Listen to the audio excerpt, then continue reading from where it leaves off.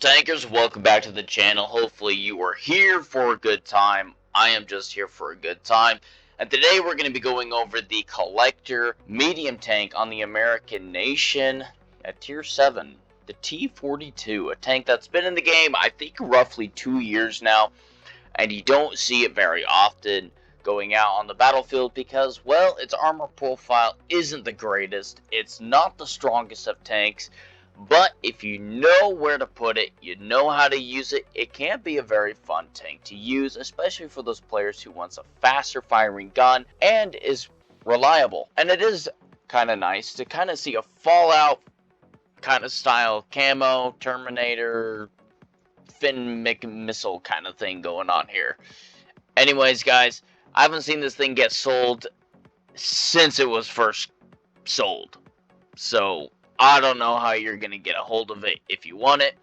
But if you haven't taken this thing out in the battlefield, here's what you're going to find out about its weaknesses and strengths. Statistics of the T42 here. We have a decent amount of turret armor versus those tier 6 and 7 tanks. Those tier 8 tanks are definitely going to be buttering right through that turret, especially on the hull and the sides of the turret. It's just not very strong. Even tier 7s and tier 6s are easily going to be able to deal with that. You do have an alright amount of view range of 285. Your concealment of 47, 41, and 10 isn't bad, isn't great, but you can still get around and be an effective tank, be a scout if you have to be one. But if you are going to be a scout, I definitely recommend playing a passive scout, going into position where you can take cover and not die instantly. You do have that 2.1k DPM, which is fantastic, especially when you're running that gun rammer. It's just amazing. 6-second reload pretty much. I mean, you're dealing out a decent amount of damage. You have that 225 average damage with a 160 penetration on regular rounds. That's pretty dang good. But 243 pen for the heat rounds with 190 is pretty nice. Pretty flippin' nice. 45 for the HE rounds. I mean, what tanks are you actually going to run into that you're going to use that effectively on? Yeah, most of the time, I don't usually use the HE on this thing, but the 270, if you do have a chance, rack up that 270 quite easily, even up to 300, give or take. Aim time, it honestly feels fantastic. The dispersion feels fantastic. 10 degrees of gun depression is amazing. This tank on PC with a 10 degrees of gun depression feels amazing as well. And it's a tier up. The mobility, it feels sluggish getting around on flat terrain. Going down hills, of course, it's going to feel nice. Hard terrain is quite nice as well. But overall, it gets where it needs to get to. It's able to flank. It's able to play as a support role and be that annoying distraction for your tier 8s or even your tier 6s. Yeah, that armor profile is not the greatest. You can pen it pretty much flipping anywhere until it starts angling very weirdly and wiggling very weirdly. But otherwise, even side scraping, the rear and all that, you shouldn't have a problem penning this guy at all. When he's playing hold down, that does get pretty nice, but still very vulnerable, especially versus tier 8 tanks. Yeah, that's the armor profile of this guy. That's his armor profile, guys. Nothing too fancy at all. Also, pay attention to this area. The end of the turret's there. Not here. Be here in a raiding battle, tier 7 and tier 8 on Middleburg. What a fantastic map to actually be playing on, where the tank can use its gun depression and use what mobility it does have. And we're gonna see what this tank is getting put up to the limits versus tanks that are definitely tiers ahead of it, and better, and definitely better. The Prague is definitely going to be a better tank. The E5 is going to be a better tank. Tiger 2 is going to be a better tank. Even the Helsing are going to be better tanks taking out this guy. Pretty decent reload for this guy. Good gun depression. So we're going to be taking this little spot that I love going to my mediums or even light tanks, depending on how much gun depression they do have, how well their turret armor is. But we're going to be playing it safe here, making sure we don't get destroyed instantly.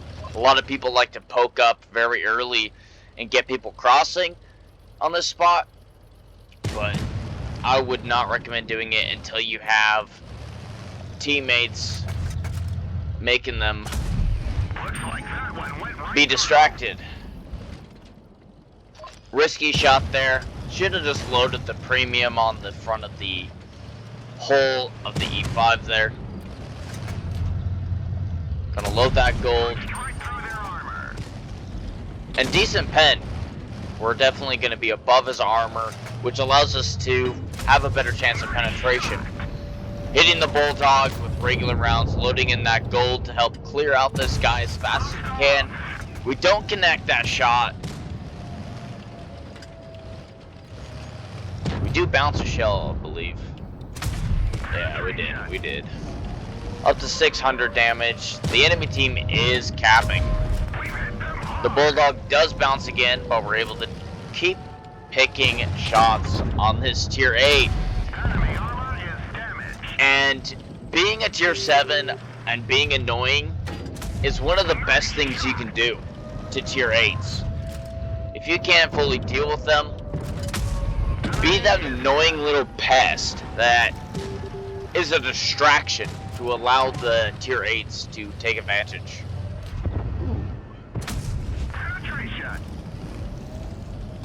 Not bad pen, not bad reload, not bad average damage. It just feels fantastic.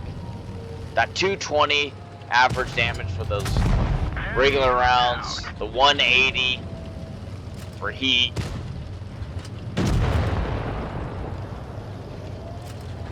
Alright, 4 versus 3, pretty good situation. We're up to 2,104 damage, which, first off, for a basic player, 2,000 damage is quite an accomplishment, especially doing that for a tier 7 tank. But we still have work to do. We're going to get as many shots off into tanks that we can. We're going to try to finish off the housing. Then we're going to go farming E10. Turning him into a one-shot. Nice max roll there. Up to 3 kills, 3,000 damage. Oh no, he turned and shot at me, hit my ammo rack, but luckily it did not explode. Oh, and he finishes him off. Oh well. Oh boy, look at that. A nice amount of medals there. But we do secure that 3.2 in a tier 7, which is quite an accomplishment for a lot of players. And that is the world record right now, until it gets broken again, because we still have rest of the year. But a decent amount of blocks from that lower tier, or well, same tier tank. Destroyed 3, damaged all 7 of the vehicles, securing ourselves the golden arches there. Making a nice amount of profit in XP and credits.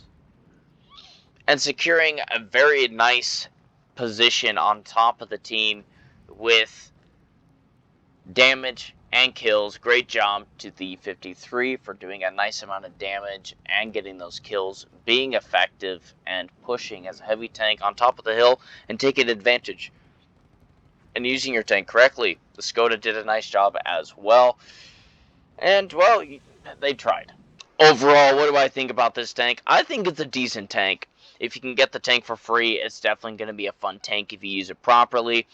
I really don't see too many people going to struggle with this tank. Penetration's not bad at all. The DPM isn't bad at all. You just got to play smart, get into the right positions, and be a support tank. It's not meant to be a super aggressive tank at all.